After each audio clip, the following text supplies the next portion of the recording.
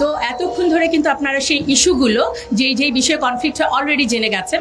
আমার এগুলো নিয়ে ব্যাখ্যা করার জন্য আমি আসলে দাঁড়াইনি। আমি এখানে দাঁড়িয়েছি এতক্ষণ ধরে যেই ইস্যুগুলো আপনারা শুনলেন সেগুলোকে আমরা একসাথে করব। যেমন একটি গল্প আছে না, যে সেই 6 অন্ধ ব্যক্তি একটি হাতি দেখেছিল, তারা কিছু দেখতে পায় না। একজন যে হাতির দেহটি ধরেছিল সে বলেছিল যে হাতি হচ্ছে দেয়ালের মতো, আরেকজন লেজ ধরেছিল সে বলেছিল হাতি হচ্ছে দড়ির মতো, আর যিনি হাতির সুরটি ধরেছিল সে বলেছিল বল্লমের মতো। তো আমরা এখন এই প্রতিটিকে আলাদা আলাদা ব্যাখ্যা না করে আমি সামগ্রিকভাবে অন্ধ না হয়ে চোখ খুলে এই সুপারিশগুলোকে একটু একসাথে করে আপনাদের কাছে উপস্থাপন করতে চাই। প্রথমত, এটি ব্যক্তি জীবনে ব্যক্তিগত লেভেলে কি সংস্কারের কথা বলা হলো যে আমার দেহ আমার সিদ্ধান্ত, ব্যক্তি জীবন। তার মানে কি আমি যা খুশি তাই করতে পারি, আমি বিবস্ত্র হয়ে বাইরে যেতে পারি। যদি এটাকে অধিকার মনে করেন তাহলে যখন আমি হিজাব পরি তখন আমাকে পরীক্ষা কেন্দ্রে বাধ্য করা হয় নেকাব খুলতে, তখন আমার সেই অধিকারটি কোথায় গেল? এটি নিয়ে কিন্তু আমার কমিশন কিছুই বললেন না। এবং এই ব্যক্তি জীবনে স্বেচ্ছাচারিতাটাকে তৈরি করার পর তারা হাত দিলেন পারিবারিক পর্যায়ে, সমাজের সবচেয়ে ক্ষুদ্রতম ইনস্টিটিউশন। কি হলো যে মানে পুরুষকে করা হলো আমার প্রতিপক্ষ। এবং আইডিয়াটাও কিন্তু সুন্দর, পুরুষের ক্ষমতা ভাঙবো, সম অধিকার আনবো। কেন আমাদেরকে পুরুষের প্রতিপক্ষ করে দিলেন? আমরা তো ক্ষমতা ভেঙে আনতে চাই নাই, আমরা তো একে অপরের পরিপূরক ছিলাম। এবং কি হলো, বলা হলো যে ম্যারিটাল রেপ একটি বিষয়, যে শব্দটিকে এখন বলা হচ্ছে। এবং আমি বিনয়ের সাথে বলছি, ঘটনাটি কিন্তু সত্যি সত্যি সমাজে কোনো কোনো ক্ষেত্রে আছে। বিষয় হচ্ছে যারা এটি করছেন, যে পুরুষ এটি করছেন, তিনি কিন্তু মানসিক বিকারগ্রস্ত, তার যেমন চিকিৎসা দরকার। এবং ফিজিক্যালি অ্যাসাল্ট যখন মহিলারা হন তারা কিন্তু অবশ্যই নারী নির্যাতন মামলায় যেতেই পারেন। তাহলে ফৌজদারি মামলা কেন? একটি দাম্পত্য জীবন ধ্বংসের দিকে নেওয়ার জন্য এটা যথেষ্ট। এবার চলে আসি হচ্ছে যে শিক্ষা ব্যবস্থা। শিক্ষা ব্যবস্থার আগে আমি একটু সম্পদ নিয়ে বলতে চাই, এটিও তো পরিবারের ইস্যু। বলা হলো যে সম্পদ এখন সমান সমান পাওয়া যাবে। কত সুন্দর, নারীদের এত বড় সুযোগ পাওয়া। আমরা বলতে চাই ইসলাম আমাকে যে অধিকার দিয়েছে, আপনারা তো আমাকে সেই অধিকারটিকে নিশ্চিত করতে দেন নাই। আমার এই সোসাইটি থেকে তো আমি আমার ভাইয়ের কাছ থেকে যতটুকু প্রাপ্য সম্পদ পাওয়ার কথা সেটাই পাচ্ছি না। আপনারা খুব সুন্দর করে আইওয়াস দিয়ে আমাকে খুশি করে বলছেন এখন থেকে আমি আমার ভাইয়ের সমান সম্পদ পাবো। এই জায়গাটায় অবশ্যই বাস্তবিকভাবে এটি কিন্তু আসা উচিত ছিল। যে বিষয়টি ক্লিয়ার করতে চাই, তারা তাদের প্রতিবেদনে সুস্পষ্ট করে লিখেছে ধর্ম নারীকে বৈষম্য করেছে। আমি জোর গলায় বলতে চাই, ধর্ম নারীকে বৈষম্য করে নাই, ধর্মের প্রয়োগ নারীকে ভুলভাবে প্রয়োগ। আমার ধর্ম আমাকে বলল যে দেনমোহরের মাধ্যমে বিয়েটা হবে, আর আমার সমাজ আমাকে যৌতুকের মধ্যে ঠেলে দিল। এবং যৌতুক না দিলে শুধু বিবাহ বন্ধ না, গায়ের মধ্যে কেরোসিন ঢেলে আমাকে পুড়িয়ে দেওয়া হলো। তারপর এই মৃত্যুর জন্য আমার ধর্ম দায়ী নাকি আমার সমাজ? আমাদেরকে চিন্তাটা করতে হবে। এবং দেখেন এটার মধ্যে হচ্ছে আরেকটি হচ্ছে পতিতাবৃত্তি। অলরেডি এটা নিয়ে অনেক কথা বলেছেন। এবং আপনি আমাকে আমার দাম্পত্য সম্পর্কের মধ্যে সংঘাত বাড়ালেন, আমার ভাই এবং আমার বাবার সাথে সম্পর্কে সংঘাত জড়ালেন, এবং পতিতাবৃত্তিকে করে দিলেন উন্মুক্ত। তখন এই যে কিছুক্ষণ আগে আমাদের আরো অন্যান্য বক্তারা বলেছেন, স্বামী তখন এই ফৌজদারি মামলা এড়ানোর জন্য কিন্তু যাচ্ছে কোথায়? পতিতালয়ে। আমার অনেক ছাত্রীকে আমরা কিন্তু অনেক হোটেলে এই ধরনের সম্পর্কে দেখতে পাই যেখানে পুলিশ তাদেরকে গ্রেফতার করছে। যখন পতিতাল এই বৃত্তিটিকে আপনি একটি পেশা হিসেবে দিচ্ছেন, তখন তারা পার্ট টাইম টিউশনির মতো ওখানে গেলে সমাজ ব্যবস্থা যদি ভেঙে পড়ে, এর দায় ভাইকে আপনাদের নিতে হবে না? দেখেন এই একই সাথে হচ্ছে যে গণমাধ্যমে বলা হলো যে কিছু কিছু শব্দ প্রয়োগ করা যাবে না, যেমন হচ্ছে নৈতিকতা, অশ্লীলতা, শালীনতাপূর্ণ পোশাক, ধর্মীয় অনুভূতি। আমি এই কথাগুলো কেন বলতে পারবো না? কারণ আমি অশালীন হয়ে চলবো? অবশ্যই শালীনতা আমার সামাজিক ভ্যালু। যে কোনো ধর্মের মধ্যে কোনো অশালীনতা নেই। সুতরাং এই শব্দগুলো যে তারা ব্যবহার করতে দিচ্ছে না, দেখেন সমাজটা কিভাবে করে যাচ্ছে।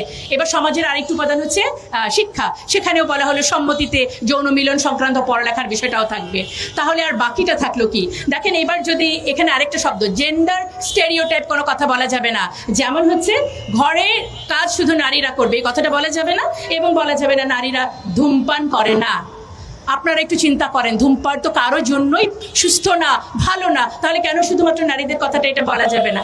এভাবে করে ব্যক্তি জীবন, আমার পরিবার জীবন, সমাজ জীবন কিন্তু তার এই কমিশনের মাধ্যমে, সুপারিশের মাধ্যমে এটি ধ্বংস হওয়ার পথে। এবার আমি চলে যাচ্ছি রাষ্ট্রীয় পর্যায়ে কি হচ্ছে। পার্বত্য চট্টগ্রাম কিন্তু আপনারা শুনে ফেলেছেন যে এটা দিয়ে কি হবে। এছাড়া আরো যেটি বলা হয়েছে যে আন্তর্জাতিক যত সনদ আছে, যা মানে আপনার সিডো এবং পিএফ এর যত সনদ হয়, এগুলোকে আমাদের পার্লামেন্টে পাশ করে দিতে হবে। আমরা যদি স্বাধীন দেশ হই, কোনোভাবেই আন্তর্জাতিক কোনো সনদ মানতে আমরা বাধ্য নই। সেখানে প্রত্যেকটা দেশ তার রিজার্ভেশন রাখতেই পারে।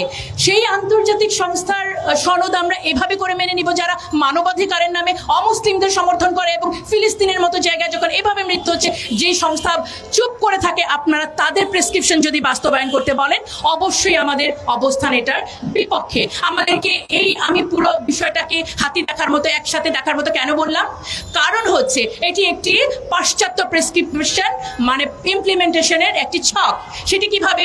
দাতা সংস্থা আমরা জানি যে নিউ ওয়ার্ল্ড অর্ডার নামে একটি সিচুয়েশন সামনে আসবে যেখানে মূল বিষয় থাকবে দেয়ার ইজ নো রিলিজন, ধর্ম বলতে কোনো কিছু থাকবে না। আমাদের শিক্ষা ব্যবস্থায় কিছুদিন আগে ট্রান্সজেন্ডার ঢুকানো হলো, এখন ধীরে ধীরে আমাদের নারীদেরকে পতিতালয় থেকে পুনর্বাসন না করে এটা উন্মুক্ত করে দেওয়া হলো। মানে সমাজ ভাঙা রাষ্ট্র এবং পরিবার ভাঙা মিলে কি হলো, একেবারে রাষ্ট্রটাই একেবারে ধ্বংসের দিকে চলে গেল।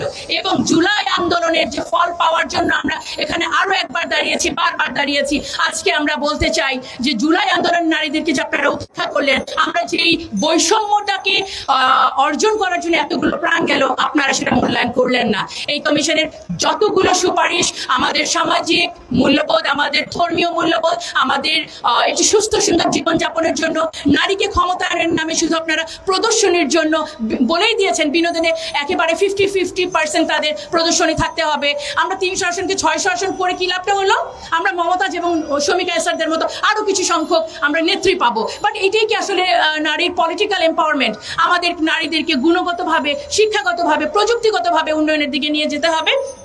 এবং এই যে আন্তর্জাতিক যে পায়তারা, যে একটি দেশকে ধর্মর একটি ইস্যু ধরে এবং ধর্মীয় মূল্যবোধকে শেষ করে নারী পুরুষকে প্রতিপক্ষ বানিয়ে পরিবারগুলো ভেঙে, সমাজ ভেঙে একটি রাষ্ট্রকে একেবারেই মুসলিম রাষ্ট্রগুলোকে যেভাবে করে শেষ করা হয়, আমি যেই আমাদের যে বর্তমানে ডক্টর ইউনূস আমাদের অত্যন্ত শ্রদ্ধেয়, তিনি যেভাবে দেশের হালটি ধরেছেন, আমি এই মুহূর্তে মনে পড়লো যে নারীদেরকে আমরা ক্ষমতায়ন করতে চাই। গত পার্লামেন্টে আমরা কি দেখলাম? আমরা দেখলাম আমাদের প্রধানমন্ত্রী, স্পিকার সবাই নারী, কিন্তু ওনার মতো ফ্যাসিস্ট নারী নেতৃত্ব তো অনেক পুরুষের মধ্যেও নাই। তার মানে কি আপনারা বলবেন যে শুধুমাত্র নেতৃত্বে ক্ষমতায় সংখ্যা বাড়িয়ে দিলেই নারী ক্ষমতায়ন সম্ভব? সুতরাং আমরা আমাদের উপদেষ্টা এবং এই বর্তমান প্রশাসনের কাছে বিনীতভাবে অনুরোধ করব, কমিশনের রিপোর্টগুলো সমালোচিত হয়েছে যে কারণে এটি একটি ইনক্লুসিভ কমিটি হয় নাই। 90% মুসলিমের দেশে, এখানে অবশ্যই ইসলাম সম্পর্কে বিশেষজ্ঞ কারো থাকা উচিত ছিল এবং তারা বলেছেন এই রিপোর্টটি একটি কিছু সংখ্যক মানুষের জন্য। সুতরাং আমরা আজকে দাঁড়িয়েছি, কোনো কমিশনের রিপোর্ট শুধুমাত্র কিছু সংখ্যক মানুষের জন্য হতে পারে না, নারীর জন্য রিপোর্ট সেটি হবে যেটি সার্বজনীন। এবং আমি আমাদের আবার এই প্রশাসনকে বিনীতভাবে অনুরোধ করতে চাই, একটি সর্বজন গৃহীত কমিশনের মাধ্যমে এবং কোনো ধরনের বৈষম্য তৈরি না করে, সমাজকে অস্থিতিশীল না করে, আমার রাষ্ট্রকে যদি এগিয়ে নিয়ে যেতে চান, নারীর পার্টিসিপেশনকে যদি সত্যি আপনারা মূল্যায়ন করতে চান, তাহলে আরেকটি কমিশন করে এবং সত্যি সত্যি আমাদের সুন্দর কিছু গুণগত মান উন্নয়নের জন্য সুপারিশ করবেন। জি, ধন্যবাদ সবাইকে।